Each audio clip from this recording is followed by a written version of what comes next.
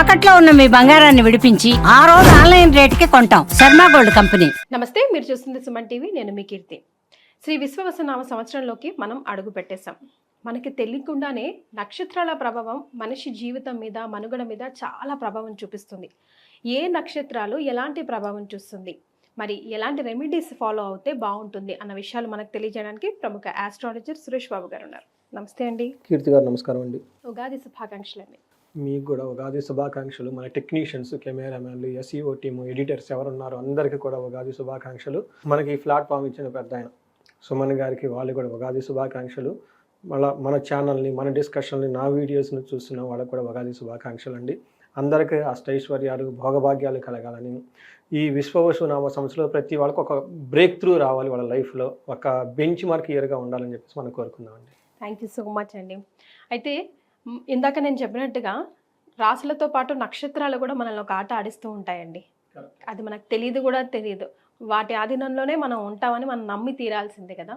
So ఎలాంటి ప్రభావం నక్షత్రాలు మన మీద చూపిస్తాయి? మనకి నక్షత్రం వచ్చేటప్పటికి లోన సీడ్ అండి, సీడ్ మనం బీజం. మనం అనేది ఏంటి అని చెప్పేది నక్షత్రం అనమాట. రాశిలో వచ్చేటప్పటికి 2 నక్షత్రాలు, ఒక పాదం ఉంటుంది అనమాట. జనరల్ కొన్ని రాశుల్లో 3 నక్షత్రాలు కూడా ఉంటాయి. బట్ ఏదైనా కానీ 3 ఉంటే బ్రాడ్ ఐడియా అనమాట. దాన్ని ఇంకా నేరో డౌన్ చేస్తే, ఇంకా మైక్రోస్కోపిక్ డీప్గా వెళ్ళిపోతే నక్షత్రం చాలా ఇంపార్టెంట్ అనమాట. నక్షత్ర ప్రభావం, నక్షత్ర జ్యోతిషం నార్త్లో చాలా చాలా పవర్ఫుల్, చాలా టెక్నిక్స్ కూడా ఉంటాయి అనమాట. సర్వతోభద్ర చక్ర కానివ్వండి, పతాక చక్రాల కొన్ని వాడుతూ ఉంటారు. చాలా యాక్యురేట్గా ఉంటుందండి ప్రిడిక్షన్ అందులో. అంటే మనం ప్రతిరోజు మూనుని బేస్ చేసుకొని చూసుకుంటూ ఉంటాం. వర్జ్యం కానివ్వండి, దుర్ముహూర్తం, ఇలాంటివన్నీ మనం నక్షత్రాలను బేస్ చేసుకొని, చంద్రుడు ఏ నక్షత్రం మీద ఉంటే ఆ నక్షత్రానికి ఇంపాక్ట్ మన మీద ఎలా ఉంటుంది. మనకి చంద్రుడు మన రాశి నుంచి వెళ్తూ ఉంటే 9 రకాల ఎమోషన్స్ మనకు కలిగిస్తాడండి. కొన్నిసార్లు మనకు సంపద వస్తుంది, జన్మతార మనల్ని మనం తెలుసుకోవటం, సంపదను సృష్టిస్తుంది. జన్మతార విపత్తులు క్రియేట్ చేస్తుంది. సేమ్ మూన్ మన జన్మ రొటేట్ అవుతూ ఉంటే విపత్తులు క్రియేట్ చేస్తుంది. తర్వాత కొన్నిసార్లు సాధన మనలో కొత్త టాలెంట్ను బయటకు తీసుకొస్తుంది. నైదన డిస్ట్రక్షన్ చేస్తుంది. మిత్ర, పరమమిత్ర కొన్నిసార్లు మనకు మంచి మంచి మిత్రులను ఇస్తుంది. కొంతమందికి మోస్ట్ వెల్విషర్ని ఇస్తుంది. ఇలా ఒక్క దిన ఫలమే మనం ప్రతిరోజు చూసుకునే నక్షత్రాలు మన మీద ఎంత ప్రభావం చూపిస్తుంది. దీనితో పాటు మనకి ఉగాది స్పెషల్గా హోల్ ఇయర్ కూడాను మనం ఒక మూనుని చూసుకొని ఎలా చూపిస్తున్నాం, ఈ మూన్ లాగా మనకి గురువు, శని, రాహు, కేతుల యొక్క ఇంపాక్ట్ కూడా ఎక్కువగా ఉంటుంది అన్నమాట. సో ఈరోజు మన ఉగాది ఈ సందర్భంగా మేజర్ గ్రహాలు వచ్చేటప్పటికి గురువు, శుక్ర, రాహు, కేతులు మన జన్మ నక్షత్రానికి, ఒక్కొక్క జన్మ నక్షత్రానికి ఏ విధంగా అవి సపోర్ట్ చేస్తున్నాయి అనేది మనం తెలుసుకుంటే ఏమంటారు ఇంకా ప్రిసైజ్గా ఉంటుందండి ప్రిడిక్షన్. రైట్. ఇప్పుడు విశాఖ నక్షత్రం ఉందనుకోండి, 1, 2, 3 పాదాలు అంటారు. అంటే అది ఎలా డిఫరెన్షియేట్ చేస్తారండి? అంటే మూన్ వచ్చేటప్పటికి ట్రావెల్ చేసేటప్పటికి ఒక్కొక్క నక్షత్రంలో వచ్చేటప్పటికి 24 అవర్స్ ఉంటుందండి ఇంచుమించు అప్రాక్సిమేట్గా. దానికి మనం డిగ్రీస్ వచ్చి క్యాలిక్యులేట్ చేస్తామండి. ఒక నక్షత్రం వచ్చేటప్పటికి 13 డిగ్రీల మనకి చూడండి, మన మ్యాథమెటిక్స్ ఇలా డిగ్రీస్ సర్కిల్ని కొలవటానికి డిగ్రీస్లో అని ఇన్వెంట్ చేసింది ఇండియన్స్. అది డీల్ చేసే జ్యోతిష శాస్త్రంలోనే. ఎవరైనా కనుక జ్యోతిష శాస్త్రము ఇది మూఢనమ్మకం అది ఇది అన్న వాళ్ళకి ఆన్సర్ ఇదే. మ్యాథమెటిక్స్తో చేసింది ప్రతిదీ ఎలా, because maths is the base for the science, no? Base for the mathematics invention for the scientific experiments kada, calculations అదే మ్యాథమెటిక్స్ ఆస్ట్రాలజీ వాడుతుంది. సో ఏం చేస్తారంటే సర్కిల్ని 360 డిగ్రీస్గా డివైడ్ చేస్తారు.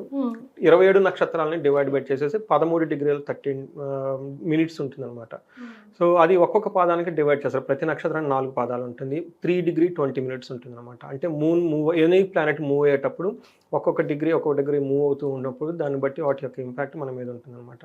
పాదం వచ్చేటప్పటికి 1/4 ఆఫ్ నక్షత్రం. మళ్ళీ ఈ పాదానికి ఒక్కొక్క ప్లానెట్ మళ్ళీ ఇంకా ప్రిసైజ్గా ఉంటుంది అనమాట. చాలా యాక్యురేట్గా ఉంటుంది. బట్ ఆ సిస్టమ్ అంతా మనం జనరల్గా ఆంధ్రాలో ఎక్కువ వాడము. బట్ నార్త్లో చాలా ప్రిసైజ్గా వాడతారు. గుజరాత్లో కానివ్వండి, ఉత్తరప్రదేశ్లో, తర్వాత మనకి హిమాలయన్ సరౌండింగ్ స్టేట్స్లో వాళ్ళు నక్షత్రం గురించి పట్టుకుంటారండి. రాశి అనేది అసలు వాళ్ళు పట్టుకుంటారు. మన ఆంధ్రాలో ఇక్కడ రాశుల గురించి చాలా. కానీ మన జనరల్గా మీరందరూ కూడా రాశులకే ఎక్కువ ఇంపార్టెన్స్ ఇస్తారు. అంటే డేట్ ఆఫ్ బర్త్. నేను యాక్చువల్గా నక్షత్రానికి ఇంపార్టెన్స్ ఇస్తానండి. నక్షత్రాలు అంటే డేట్ ఆఫ్ బర్త్ లేని వాళ్ళు చూసుకోవాలి, డేట్ ఆఫ్ బర్త్ అక్యురేట్గా ఉన్న వాళ్ళైతే రాశి పరంగానే తెలుస్తుందంట. కాదండి, నక్షత్రాల ప్రకారం కూడా వాళ్ళ స్పెసిఫిక్ లెటర్ కూడా అక్కడ వస్తుందండి. ఇప్పుడు మనం ఆరుద్ర నక్షత్రం చూసుకుంటున్నాం. ఎవరిదైనా పేరు కోటేశ్వర్, లైక్ హాసిని, లైక్ హీరా, ఈ పేర్లో ఉన్న వాళ్ళకి కూడాను ఆ హీ అనే అక్షరం స్పెసిఫిక్గా ఆరుద్ర నక్షత్రం 4వ పాదమే వచ్చేస్తుంది పేరు బలం కూడాను. అలా కూడా మనం చూసుకోవచ్చు. పేరు బలమైనా కానివ్వండి, దానికి అప్రాక్సిమేట్గా ఉన్న నెంబర్ పాదమే తీసుకుంటాము. జన్మరాశి ప్రకారం అయితే జన్మరాశి ప్రకారం చూసుకుంటాం. బట్ నక్షత్ర ప్రిడిక్షన్ మోస్ట్ కాంప్లికేటెడ్ అండి, టైం కన్జ్యూమింగ్. ఎందుకంటే 12 రాశులు పటాపట చెప్పేసి అయిపోతుంది. 27 నక్షత్రాలకు చేయాలి, బట్ టూల్స్ కూడా చాలా కాంప్లికేటెడ్గా ఉంటుంది. బట్ ప్రిడిక్షన్ చాలా యాక్యురేట్గా ఉంటుందండి. రైట్.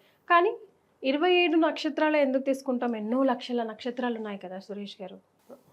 కరెక్ట్ అండి. మనకి చంద్రుడికి దగ్గరగా మనకి బాగా కనిపించిన నక్షత్రాలు, బ్రైట్గా ఉన్న నక్షత్రాలు మాత్రమే తీసుకుంటారు అనమాట. ఈ నక్షత్రాలు చాలా బ్రైట్గా ఎందుకు ఉంటాయంటే మనకి ఈవినింగ్ టైం ఈ నక్షత్రమే ఫస్ట్ కనిపిస్తుంది మిగతా నక్షత్రాల కంటే. మీరు ఇలా చూసారనుకోండి, కొన్ని నక్షత్రాలు మనకి షార్ప్ కనిపిస్తాయి. మనకి 5:30 ఆ టైంకే కనిపించేస్తాయి చంద్రుడితో పాటు. ఆ 1-2 నక్షత్రాలు చాలా బ్రైట్గా దగ్గరుండి కనిపిస్తాయి. చంద్రుడికి దగ్గరగా ఉంటాయి. అది 1. 2ది అన్ని నక్షత్రాల కంటే ఆ రోజు ఆ నక్షత్రం ముందు కనిపిస్తుంది మనకి. ఇది 2ది అనమాట. ఆ యొక్క నక్షత్రం మన మీద ఇంపాక్ట్ చూపిస్తుంది అనమాట. సో ముందుగా శ్రీ విశ్వాసనామ సంవత్సరంలో ఆరుద్ర నక్షత్రం వాళ్ళకి ఎలా ఉందో తెలుసుకుందాం ఈరోజు. సో ఆరుద్ర నక్షత్రం, ఈ నక్షత్రంలో సాక్షాత్తు మహాశివుడే ఈశ్వరుడే పుట్టిన నక్షత్రం. ఆయనకి ఇష్టమైన నక్షత్రం. అమ్మవారికి మూలా నక్షత్రం ఎలానో అయ్యవారికి వచ్చేటప్పటికి ఆరుద్ర నక్షత్రం అంటాం. ఇందులో నామ ప్రకారం కనుక ఎవరైనా కనుక చూసుకుంటే కే, కో, హా, హి అన్న అక్షరాలు కూడాను మనకి ఈ ఆరుద్ర నక్షత్రంలో ఉంటారు. ఈ నక్షత్రానికి అధిపతి రాహు అండి. ఆది దేవత రుద్రుడు, అందుకని ఇది రుద్రుడు నక్షత్రం అని చెప్పేసి రుద్రాభిషేకం మనకి రెమెడీస్లో చేస్తున్నప్పుడు మేము కొన్ని అభిషేకాలకు చేసినప్పుడు, రుద్రుడికి అభిషేకము లేకుంటే పాశుపతాలు చేసినప్పుడు ఆ రోజు సోమవారం అయ్యిండి ఆరుద్ర నక్షత్రం ఉంటే ఖచ్చితంగా ఆ టైంలో మేము రుద్రాభిషేకాలు అవన్నీ చేపించేస్తాం అనమాట. చాలా పవర్ఫుల్గా ఉంటుంది ఆ టైంలో. మీకు కందాయ ఫలాలని చెప్పేసి ఒక కాన్సెప్ట్ ఉందండి. హోల్ ఇయర్ని 3 పార్ట్స్గా డివైడ్ చేస్తారు.